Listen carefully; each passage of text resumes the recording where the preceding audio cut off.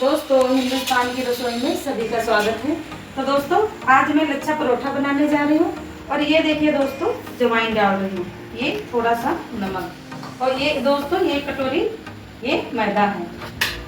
तो दोस्तों, मैं मैदा से बनाने जा रही हूँ। एक खीर खाने वाले 4 चम्मच ये तेल जाएगा।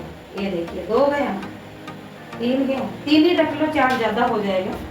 तो इसको अच्छे से मिलाना है। ये देखिए दोस्तों, खूब अच्छे से इसको मल लेना इस तरीके से, तो आपका परोठा बहुत ज़बरदस्त बने। दोस्तों, ये पानी ठंडा है, कोई दिक्कत नहीं। पानी थोड़ा थोड़ा डाल के नॉर्मल डो ही लगाना, जैसे आटा रोटी का लगाते हैं, इस तरीके से। ये देखिए, इस तरीके से 2-3 मिनट मलना है, इस तरीके से, जिसमें आटा बहुत सॉफ्ट हो जाए, बहुत अच्छा हो जाए, लचीला हो जाए। ये देखिए दोस्तों, इस तरीके से आटा रबड़ जैसे होने लगा, तो दोस्तों परफेक्ट हो गया। और इसको 10-15 मिनट के लिए दोस्तों इस तरीके से, ये देखिए कितना सॉफ्ट हो गया ना, 15 मिनट के लिए ढके छोड़ दें। तो ये मैदा है 1 चम्मच, और इसमें ये 2 चम्मच तेल जाएगा। ये देखिए, इसको अच्छे से घोल के, थोड़ा हमको कम ही लग रहा तो थोड़ा और डाल लेते हैं। ये देखिए 1 चम्मच और गया। इसको इस तरीके से परोठे के ऊपर लगेगी, जो लेयर इससे खुल के आएगी, इसमें कोई ये गुठली नहीं होनी चाहिए। ये देखिए, और मैं रिफाइंड तेल से बना रही दोस्तों, आप घी से बनाइए चाहे रिफाइंड तेल से बनाइए। ये देखिए, ऐसी होनी चाहिए। ये देखिए, बस इस तरीके की होनी चाहिए, फिर लगाते बनेगी। तो ये भी काम परफेक्ट हुआ।